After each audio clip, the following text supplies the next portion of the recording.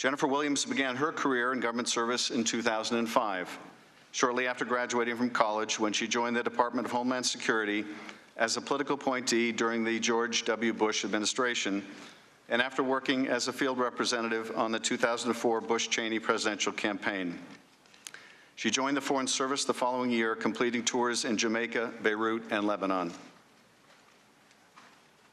Prior to joining the office of the Vice President, she served at the U.S. Embassy in London as a public affairs officer.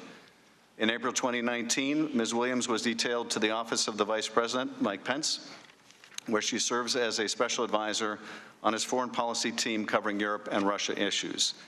In that capacity, she keeps the Vice President aware of foreign policy issues in Europe and Russia and prepares him for foreign policy engagements and meetings with foreign leaders. Two final points before witnesses are sworn. First, witness depositions as part of this inquiry were unclassified in nature, and all open hearings will also be held at the unclassified level. Any information that may touch unclassified information will be addressed separately. Second, Congress will not tolerate any reprisal, threat of reprisal, or attempt to retaliate against any U.S. government official for testifying before Congress, including you or any of your colleagues. If you would both please rise and raise your right hand, I will begin by swearing you in. Do you swear or affirm that the testimony you are about to give is the truth, the whole truth, and nothing but the truth, so help you God? Let the record show the witnesses have answered in the affirmative. Thank you, and you may be seated. The microphones are sensitive, so please speak directly into them. Without objection, your written statement will be made part of the record. With that, Ms. Williams, you are now recognized for your opening statement, and when you are concluded, Lieutenant Colonel Vindman, you are recognized immediately thereafter for your opening statement. Ms. Williams. Thank you, Chairman Schiff, Ranking Member Nunes, and other members of the committee for the opportunity to provide this statement. I appear today pursuant to a subpoena and am prepared to answer your questions to the best of my abilities. I have had the privilege of working as a Foreign Service officer for nearly 14 years, working for 3 different presidential administrations, 2 Republican and 1 Democratic. I joined the State Department in 2006 after serving in the Department of Homeland Security under Secretary Michael Chertoff. It was with great pride and conviction that I swore an oath to uphold and defend the Constitution, administered by a personal hero of mine, former Secretary of State Condoleezza Rice. As a career officer, I am committed to serving the American people and advancing American interests abroad in support of the President's foreign policy objectives. I have been inspired and encouraged in that journey by the thousands of other dedicated public servants who I'm proud to call colleagues across the Foreign Service, Civil Service, military, and federal law enforcement agencies. I have served overseas tours in Kingston, Jamaica, Beirut, Lebanon, and London, United Kingdom. I have worked to implement humanitarian assistance programs to serve millions of victims of the Syria conflict, and served as an advisor on Middle East issues to the Deputy Secretary of State. And this spring, it was the greatest honor of my career to be asked to serve as a special advisor to the Vice President for Europe and Russia. Over the past 8 months, I have been privileged to work with the dedicated and capable men and women of the Office of the Vice President to advance the administration's agenda. I have also worked closely with talented and committed colleagues at the National Security Council, State Department, Department of Defense, and other agencies to advance and promote U.S. foreign policy objectives.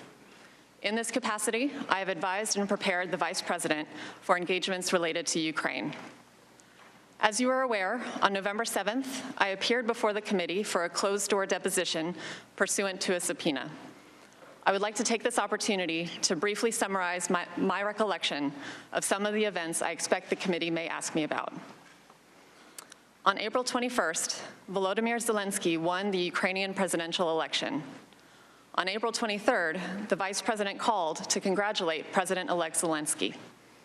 During the call, which I participated in, the Vice President accepted an invitation to attend President-elect Zelensky's upcoming inauguration, providing that the scheduling worked out. The Vice President had only a narrow window of availability at the end of May, and the Ukrainian Parliament would not meet to set a date for the inauguration until after May 14th. As a result, we did not expect to know whether the Vice President could attend until May 14th at the earliest, and we made only preliminary trip preparations in early May.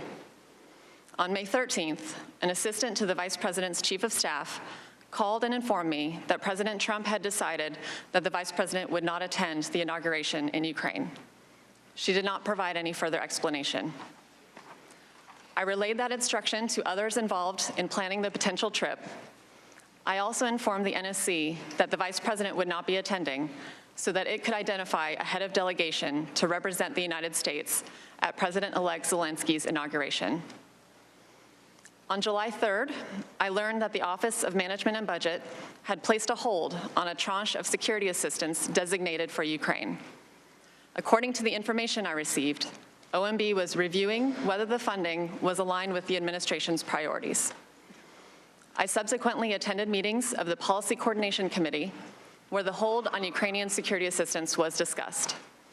During those meetings, representatives of the State and Defense Departments advocated that the hold should be lifted, and OMB representatives reported that the White House Chief of Staff had directed that the hold should remain in place. On September 11th, I learned that the hold on security assistance for Ukraine had been released. I have never learned what prompted that decision. On July 25th, along with several of my colleagues, I listened to a call between President Trump and President Zelensky, the content of which has since been publicly reported. Prior to July 25th, I had participated in roughly a dozen other presidential phone calls. During my closed-door deposition, members of the committee asked about my personal views and whether I had any concerns about the July 25th call. As I testified then, I found the July 25th phone call unusual because, in contrast to other presidential calls I had observed, it involved discussion of what appeared to be a domestic political matter. After the July 25th call, I provided an update in the Vice President's daily briefing book, indicating that President Trump had a call that day with President Zelensky. A hard copy of the memorandum transcribing the call was also included in the book. I do not know whether the Vice President reviewed my update or the transcript. I did not discuss the July 25th call with the Vice President or any of my colleagues in the Office of the Vice President or the NSC. On August 29th, I learned that the Vice President would be traveling to Poland to meet with President Zelensky on September 1st. At the September 1st meeting, which I attended, President Zelensky asked the Vice President about news articles reporting a hold on U.S. security assistance for Ukraine. The Vice President responded that Ukraine had the United States' unwavering support and promised to relay their conversation to President Trump that night. During the September 1st meeting, neither the Vice President nor President Zelensky mentioned the specific investigations discussed during the July 25th phone call. Thank you again for the opportunity to provide this statement. I'd be happy to answer any questions.